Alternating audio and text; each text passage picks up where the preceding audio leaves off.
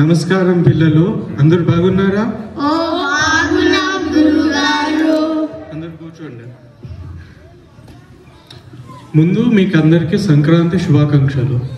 గురువు గారు మీకు కూడా హ్యాపీ పొంగల్. ఆద్య, నీ పేరు ఇంగ్లీష్ లో ఏమంటారు? ఇంగ్లీష్ లో కూడా ఆది అనే అంటారు గురువు గారు. సంక్రాంతి అనేది తెలుగు పదం, మరి నువ్వు హ్యాపీ పొంగల్ అని ఎందుకన్నావు? పొంగల్ అనేది ఆంగ్ల పదం కాదు. సంక్రాంతికి ఆంగ్ల పదాలు ఏమీ లేవు. మళ్ళా దీపావళి అప్పుడు దివాళీ శుభాకాంక్షలు అని అంటారు. మన పండుగల పేర్లతో శుభాకాంక్షలు తెలియజేసుకున్నాము. అలాగే గురువు గారు, మీకు సంక్రాంతి శుభాకాంక్షలు. చాలా బాగా చెప్పావు తల్లి, కూర్చో. మన తరగతిలో 10 మంది ఉండాలి కదా, అందరూ వచ్చారా? ఎవరైనా లెక్క పెడతారా? నేను లెక్క పెడతాను గురువు గారు. 1 2 3 4 5 6 7 8 9 మంది వచ్చారు గురువు గారు, ఒకరు రాలేదు. అదేమిటి, అందరు వచ్చినట్టే అన్నారు కదా. శ్రీజ, నువ్వు లెక్క పెట్టమ్మా. 1 2 3 4 5 6 7 8 9. అవును గురువు గారు, 9 మంది వచ్చారు, ఒకరు రాలేదు. ఓ, నువ్వు నిన్ను లెక్క పెట్టుకున్నావా? ముందు నువ్వు నిన్ను లెక్క పెట్టుకొని మిగతా అందరినీ లెక్క పెట్టు. 1 2 3 4 5 6 7 8 9 10. మేమందరం వచ్చాము గురువు గారు. సరే, అందరూ ఇంటి పని తీయండి.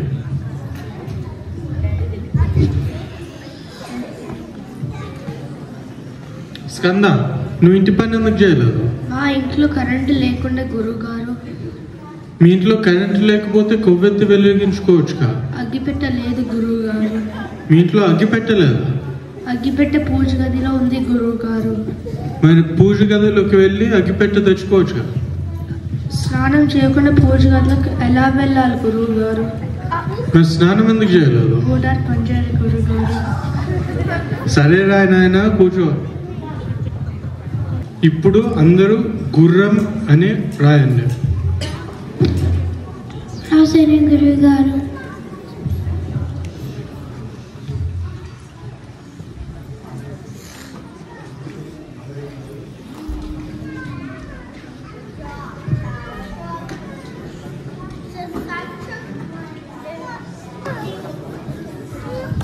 రాసేనే గురువు గారు. అదేమిటి, గుర్రమని రాయమంటే గర్రమని రాసేందుకు? గాకి కొమ్మెందుకు పెట్టలేదు? గురువు గారు, మీరే కదా గుర్రానికి కొమ్ములు ఉందామని చెప్పారు. అయ్యో, నేను గుర్రానికి కొమ్ములు ఉండవని చెప్పాను. గుర్రం రాస్తున్నప్పుడు గాకి కొమ్ము ఉండదని కాదు. అలాగే గురువు గారు.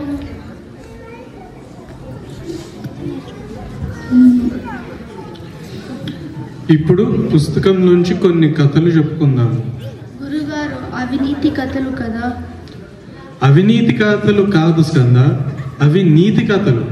అవి అని చెప్పిన తర్వాత కొంతసేపు ఆగి నీతి కథలు అనాలి. అలాగే గురువుగారు. ఈరోజు మనము అష్టరుచుల గురించి చెప్పుకుందాము.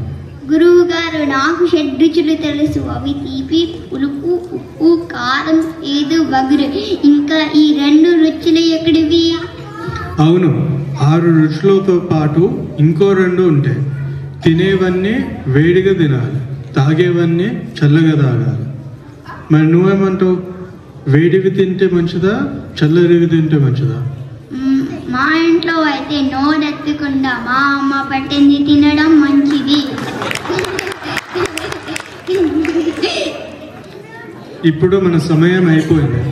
నేను వెళ్తాను, మీ లెక్కల గురువు గారు వస్తారు. నిశ్శబ్దంగా కూర్చోండి.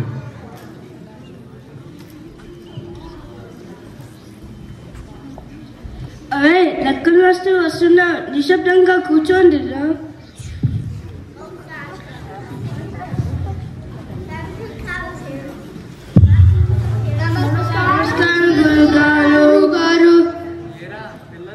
బాగున్నారా?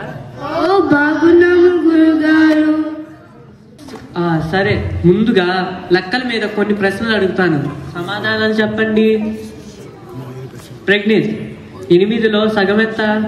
ఎలా సగం చేయాలి గురువు గారు? నిలువుగానా అడ్డంగానా?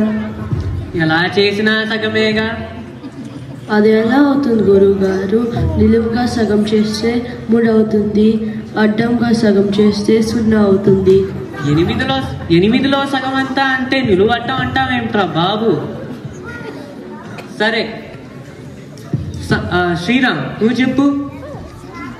నీ దగ్గర 8 చాక్లెట్లుంటే అప్పుడు నీ తమ్ముడికి సగం ఇచ్చేస్తే నీ దగ్గర ఎన్ని ఉంటాయి? నా తమ్ముడికి నా చాక్లెట్లు ఎందుకు ఇవ్వాలి? అన్నీ నేను తింటాను. అయ్యో బాబు, నిజము కదాదురా, ఉత్తు తినే ఇచ్చావనుకో నీ దగ్గర ఎన్ని ఉంటాయి? నా తమ్ముడికి ఇంకా పళ్ళు రాజుగా ఎలా తింటారు వాడు? అయ్యో రామ. విహాన్, నువ్వు చెప్పు.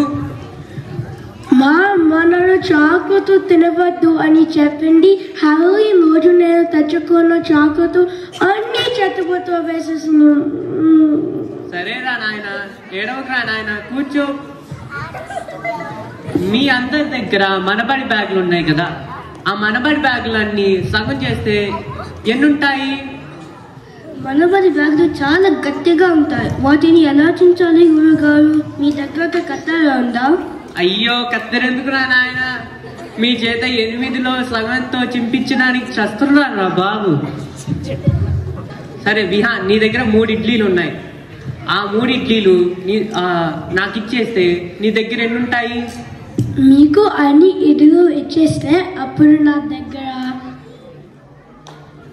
చెప్పు చెప్పు. చట్నీ సాంబార్ మిగులుతాయి గురుగారు.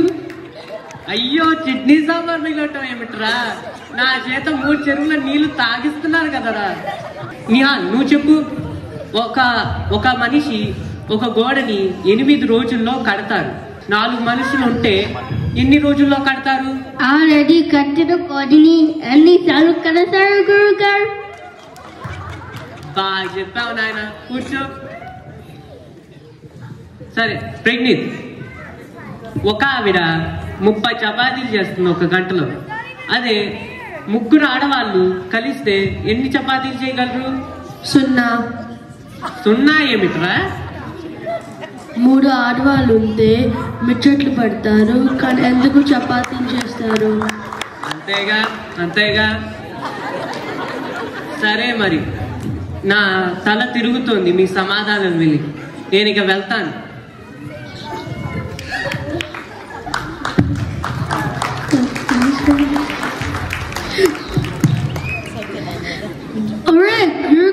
వచ్చే సమయం అల్లరి చేయకండి. అదిగో గురువు గారు వస్తున్నారు. కూర్చోండి.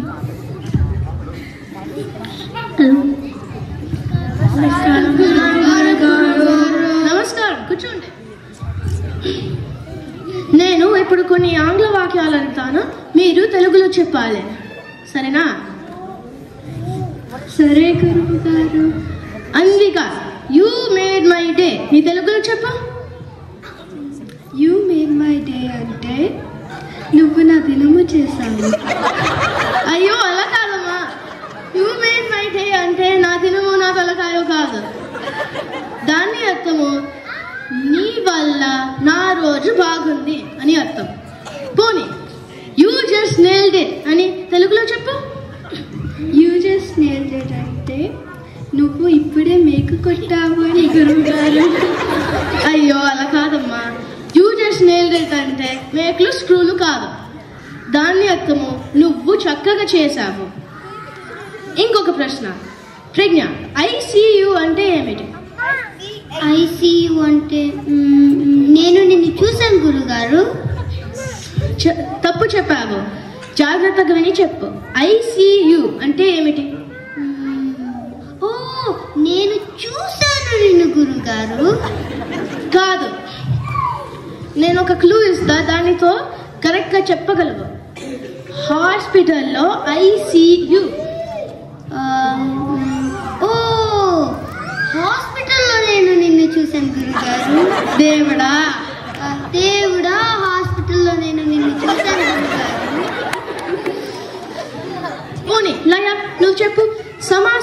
గురించి ఏం తెలుసు? నాకు సమోసాలు చాలా ఇష్టం గురుగారు, ముఖ్యంగా ఆలు సమోసా, ఉల్లిపాయ సమోసా చాలా ఇష్టం. అయ్యో అలా కాదమ్మా, నేను తెలుగు సమాసాల గురించి అడుగుతున్నాను, తినే సమోసాలు కాదు. నాకు మాసాలు తెలుసు గురుగారు, అన్న సమాసాలు తెలియదు. పోనీ కొన్ని మాసాల పేర్లు చెప్పు. చెబుతా గురుగారు. మాసాల పేర్లు చైత్రం, వైశాఖం, జ్యేష్టం, ఆషాఢం, శ్రావణం, భాద్రపదం, ఆశ్వేజం, కార్తీకం, మాఘం, పుష్యం, మాఘం, ఫాల్గుణం. చాలా బాగా చెప్పావు, కూర్చో. చివరిగా ఒక ప్రశ్న. ప్రజ్ఞ, విభక్తుల గురించి ఏం తెలుసు? సరే గురుగారు, మా ఇంటిలో మేమందరం భక్తులమే. నేనేమో హనుమంతు భక్తురాలని, మా అమ్మేమో సాయిబాబా భక్తురాలు, మరి మా నానేమో. అమ్మ, నేను అడుగుతున్నది తెలుగు విభక్తుల గురించి. ఎవరి భక్తులని కాదమ్మా. ఓ సరే గురుగారు, నాకు తెలుసు. తులుగులు ప్రథమా విభక్తి, నీనులా కూర్చి గురించి ద్వితీయ విభక్తి, చేత చే తోడంతో తృతీయ విభక్తి,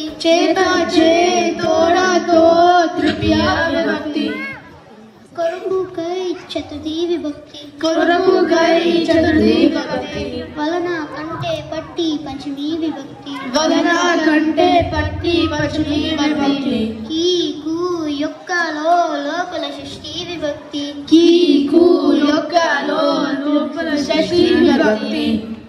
అందున సప్తమి విభక్తి, ఓ ఓరి ఓయి ఓసి సంబోధన ప్రథమా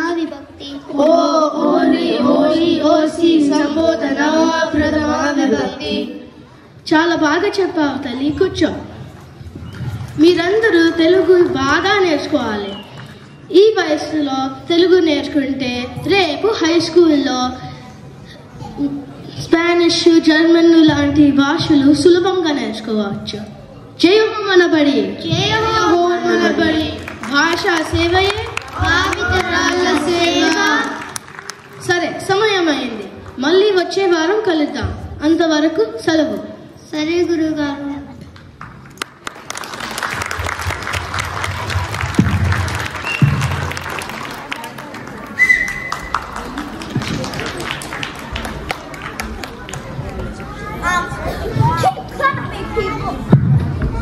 ఇప్పుడు మా బాలబడి